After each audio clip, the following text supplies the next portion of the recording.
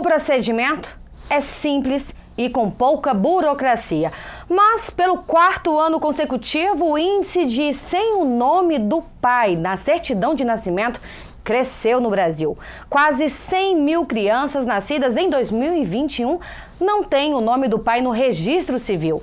Dados da Associação Nacional dos Registradores de Pessoas Naturais.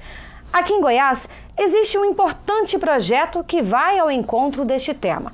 E para falar sobre esse assunto, a gente recebe hoje em nossos estúdios o primeiro subdefensor público-geral, Dr. Tiago Gregório Fernandes, que é coordenador do projeto de reconhecimento de paternidade da Defensoria Pública do Estado de Goiás. Meu pai tem nome. Muito obrigada pela participação do senhor aqui hoje conosco. O porquê ainda desse número em 2021? Obrigado, Patrícia. É um prazer a Defensoria Pública estar aqui nesse programa. Bom, dados do CNJ, do Censo Escolar de 2011, já apresentavam esse altíssimo índice.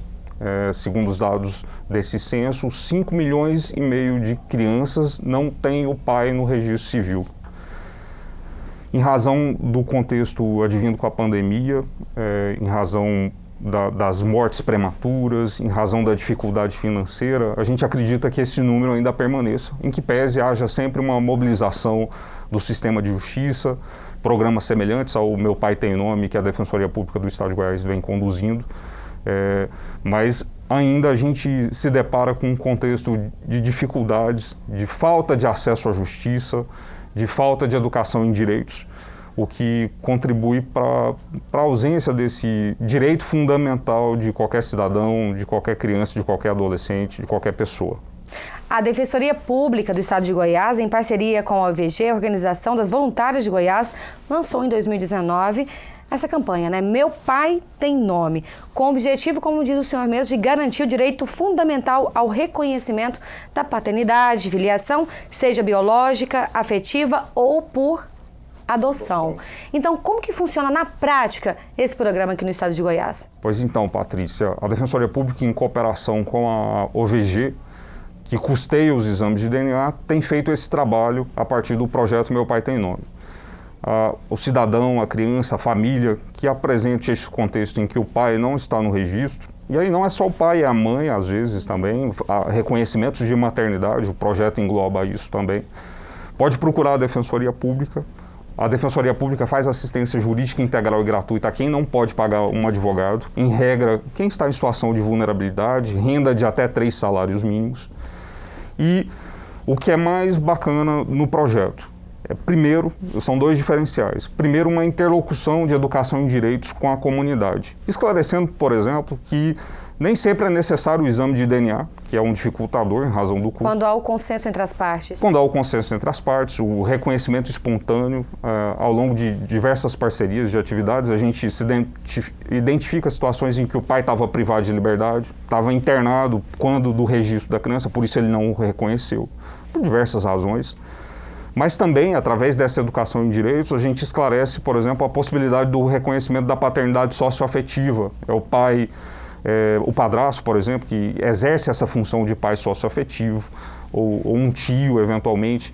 E isso é possível de ser resolvido extrajudicialmente, sem necessariamente uma ação judicial, de forma que um acordo celebrado junto à comunidade, perante um defensor, uma defensoria pública, é mais do que suficiente para levar o registro de nascimento desse pai, dessa mãe, enfim.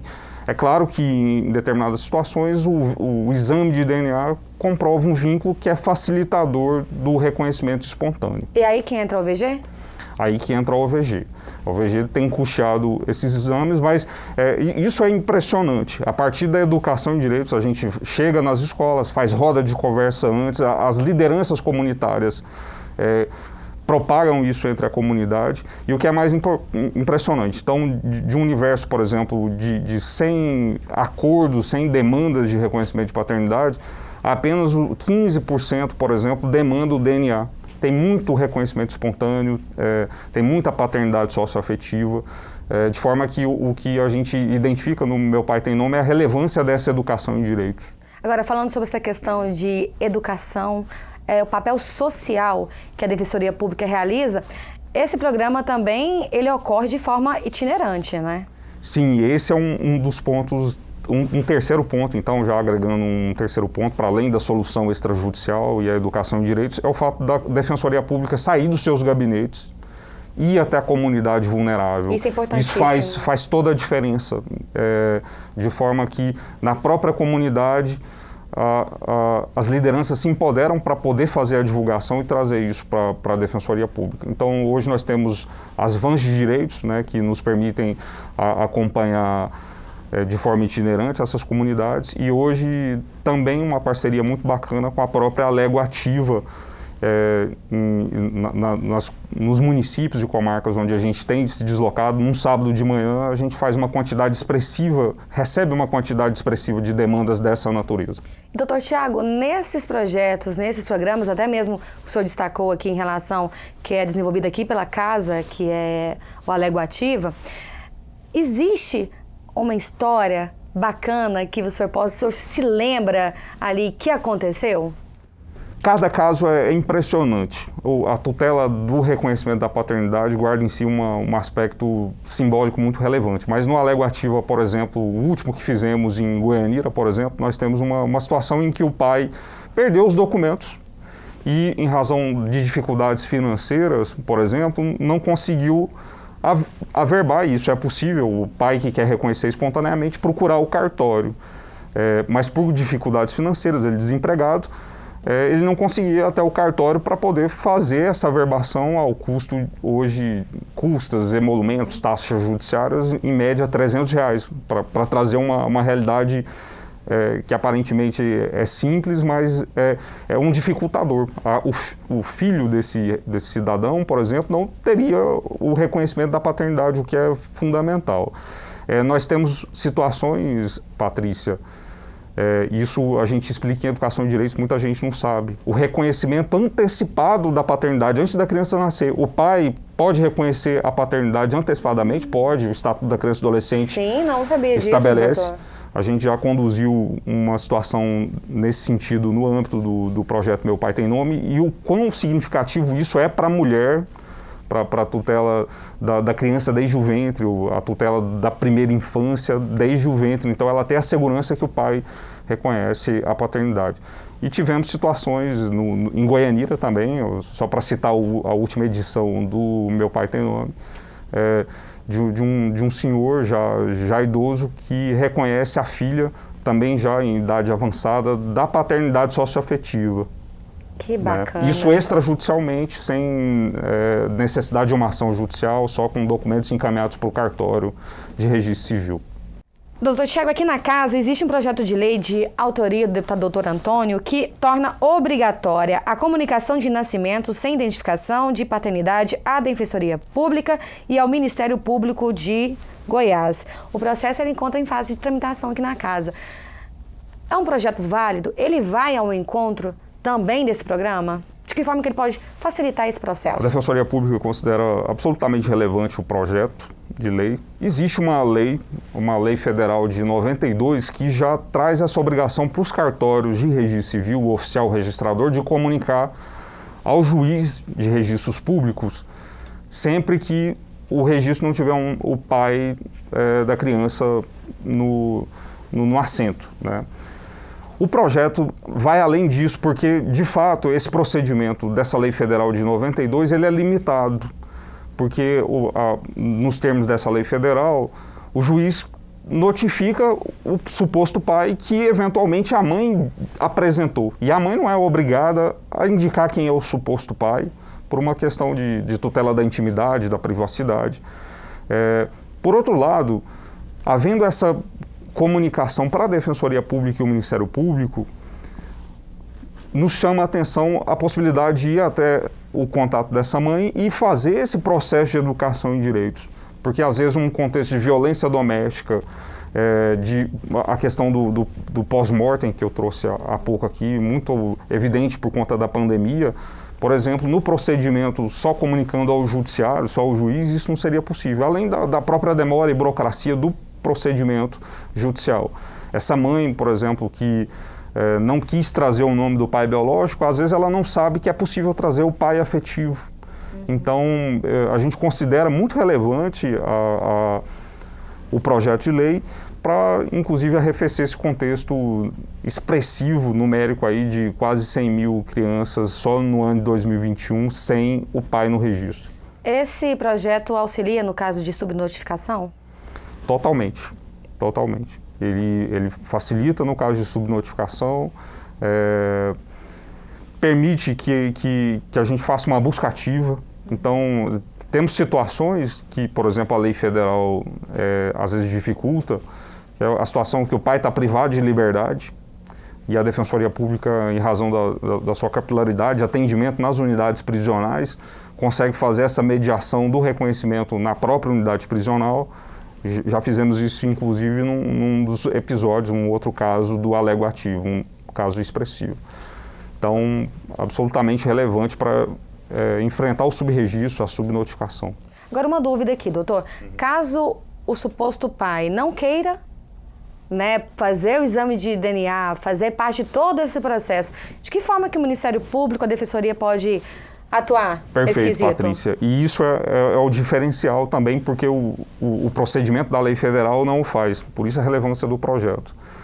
A Defensoria Pública faz assistência jurídica de forma integral. Não sendo possível o acordo, e aí te adianto que 90% das demandas a gente resolve no acordo.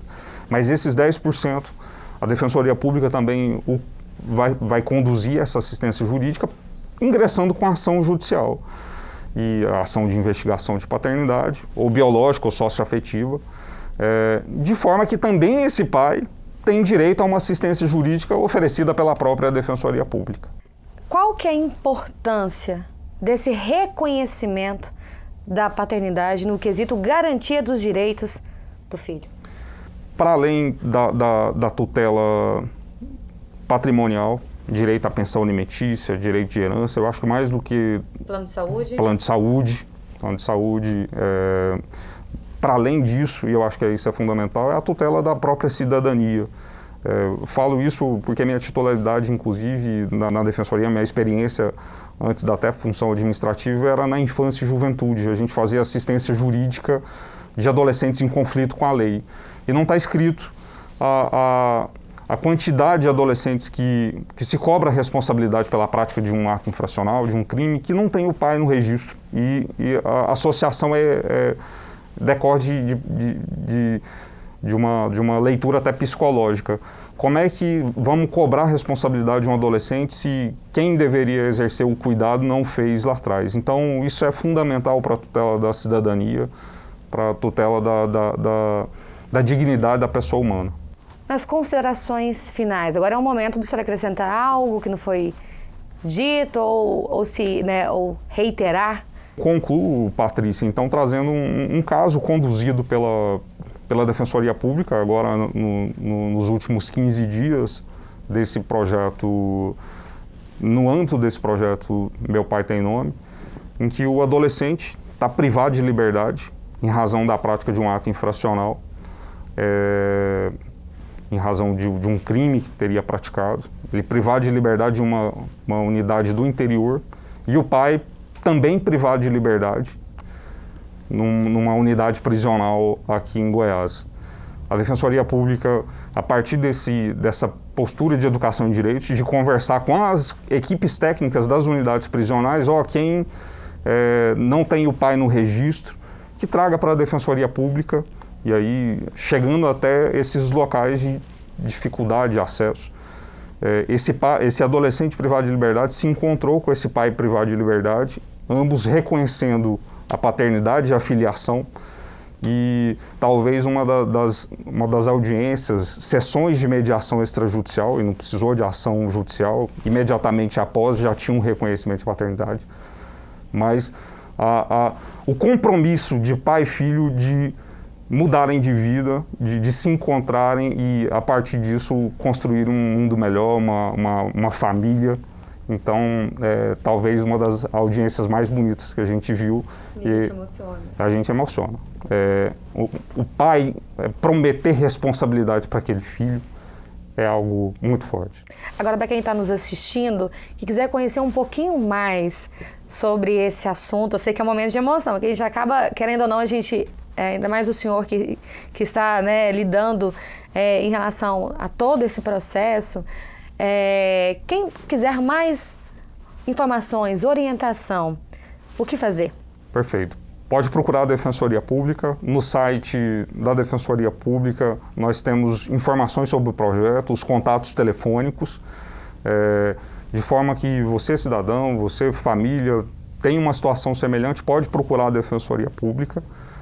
Nós temos os contatos telefônicos, as informações constantes do site. É um atendimento integral e gratuito. O primeiro contato pode ser feito, inclusive, por WhatsApp, trazendo as informações, a documentação necessária vai ser orientada e esclarecida nesse momento. E depois, na sequência, você, líder comunitário, quiser provocar a Defensoria Pública, precisamos fazer um mutirão desse na minha escola, na minha cidade, no meu bairro, a Defensoria Pública está à disposição. Hoje nós recebemos o primeiro subdefensor público geral, Dr. Thiago Gregório Fernandes, que é coordenador do projeto de reconhecimento de paternidade da Defensoria Pública do Estado de Goiás, Meu Pai Tem Nome. Muito obrigada mais uma vez pela participação do senhor aqui com a gente. O Alego Entrevista vai ficando por aqui. Continue com a nossa programação.